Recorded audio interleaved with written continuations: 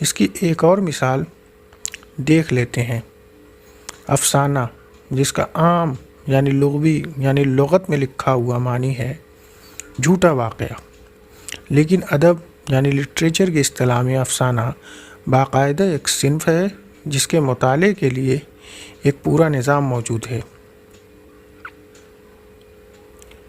اصطلاح اور عام لفظ کے درمیان کے فرق کو اب آپ سمجھ چکے ہوں گے۔ اصطلاح کو انگریزی میں ٹرم اور ہندی میں غالباً شبداولی کہا جاتا ہے۔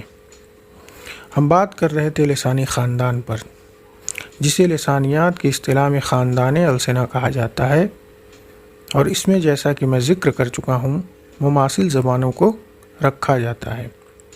ایک بڑے امریکی ماہر لسانیات ونفریڈ لیمن نے زبانوں کی پیدائش کے اعتبار سے 7 لسانی خاندانوں میں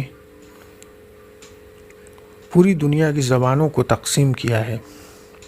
پہلے خاندان کو اس نے ہند یورپی انڈو یوروپین، دوسرے کو افریقی ایشیائی، تیسرے کو چینی تبتی، چوتھے کو التائی، پانچویں کو دراویڑی، چھٹے کو آسٹرو ایشیائی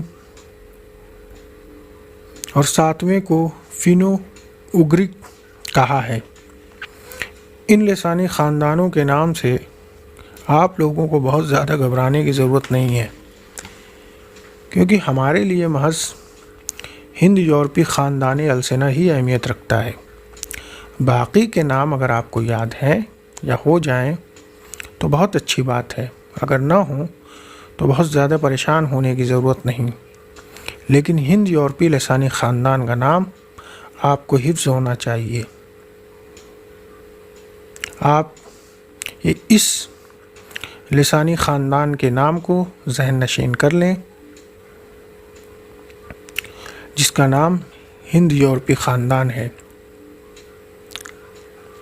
اس سے پہلے ہم رشتہ زبانوں کا ذکر کیا جا چکا ہے، اور یہ واضح کیا گیا تھا کہ ہم رشتہ زبانیں آپس میں مماثل یعنی ملتی جلتی ہیں۔ ان کی اس مماثلت کی بنیاد صوتی سطح پر قائم ہوتی ہے۔ مثلاً ہند یورپی خاندان کی اہم زبانوں میں سنسکرت، فارسی اور یونانی زبانیں شامل ہیں۔ یونانی زبان کا پیٹر سنسکرت کے پتر اور فارسی کے پدر سے صوتی سطح پر مماثل ہے۔ اسی طرح یونانی کا ہپٹا سنسکرت کے سپت اور فارسی کے ہفت سے بھی ملتا جلتا ہے۔ یہ مماثلت صوتی سطح پر قائم ہوتی ہے۔ اب واضح طور پر ہم رشتہ زبانیں، لسانی خاندان یا خاندان السنہ اور صوتی مماثلت کی تفہیم آپ کو ہو چکی ہوگی۔ اس بات کو آگے بڑھانے سے قبل میں ایک شخص کا ذکر آپ سے کرنا چاہوں گا۔ اس شخص کا نام سر ولیم جونز ہے۔ شاید آپ نے اس کا نام سنا ہو۔ تاریخ، ہسٹری کے طلبہ و طالبات کے لیے یہ نام جانا پہچانا ہونا چاہیے۔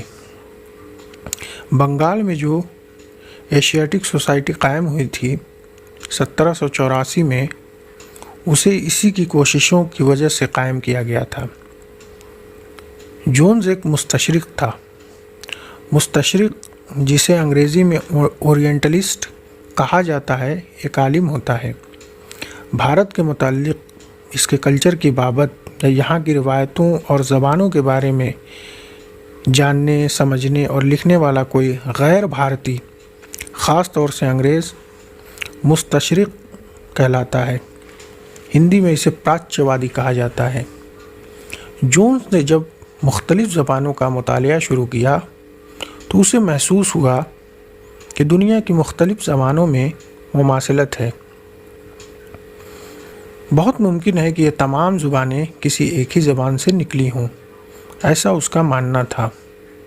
اس نے سنسکرت، یونانی، جرمانی وغیرہ میں جو مماثلتیں تھیں، اس سے اس نے اندازہ لگایا کہ ان میں کافی یکسانیت بھی ہے۔ اس نے جو بنیادی زبان بتائی تھی جس سے یہ مبینہ زبانیں نکلی تھیں ہبرو تھی۔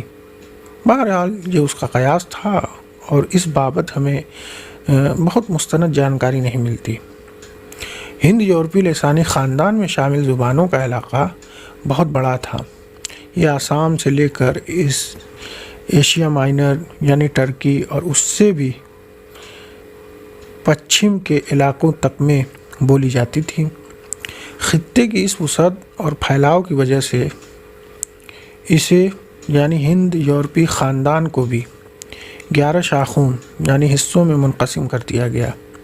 ان 11 شاخوں کا ذکر کرنا ضروری نہیں، لیکن اس کی ایک شاخ جسے ہند آریائی کہا جاتا ہے کا ذکر کرنا اور اسے جاننا ہمارے لیے بہت ضروری ہے۔ ہند یورپی کی یہی ہند آریائی شاخ جس سے ہماری زبان اردو تشکیل ہوئی ہے ہند آریائی کی تاریخ اردو زبان کی تاریخ ہے، جسے جاننا اور سمجھنا ہمارے لیے بہت ہی ضروری ہے۔ اگلے لیکچر میں ہم ہند آریائی کی تاریخ کے تمام ادوار کا ذکر تفصیل کے ساتھ کریں گے۔ شکریہ۔